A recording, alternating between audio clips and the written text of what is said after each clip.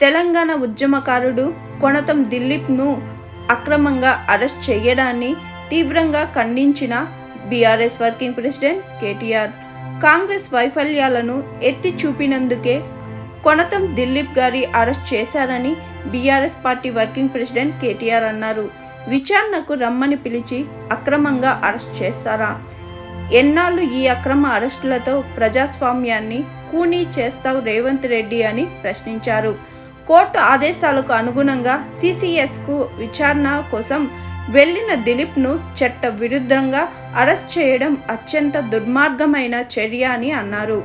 రాష్ట్రంలో కాంగ్రెస్ సర్కార్ వైఫల్యాలను ప్రాతినిధ్యం ఎండగడుతున్నారనే కక్షతోనే సీఎం రేవంత్ రెడ్డి ఈ ప్రజాస్వామిక చర్యలకు తెరలేపారని ప్రశ్నించే గొంతులను ఇలాంటి నిర్బంధాలు అణిచివేయలేవని, ఇందిరమ్మ రాజ్యం అంటే ఇందిరాగాంధీ ఎమర్జెన్సీ రోజులేనని మరోసారి ఈ అక్రమ అరెస్టులు రుజువు చేస్తున్నాయి.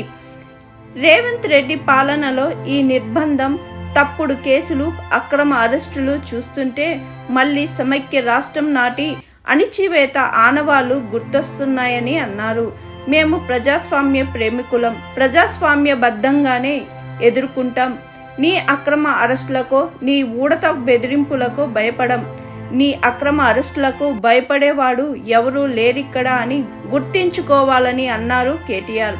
అక్రమంగా అరెస్ట్ చేసిన కొనతం దిలీప్ను వెంటనే విడుదల చేయాలని, లేకపోతే అటు న్యాయస్థానాల్లోనూ ఇటు ప్రజాక్షేత్రంలోనూ కాంగ్రెస్ సర్కార్కు గుణపాఠం తప్పదని హెచ్చరిస్తున్నామని అన్నారు కేటీఆర్.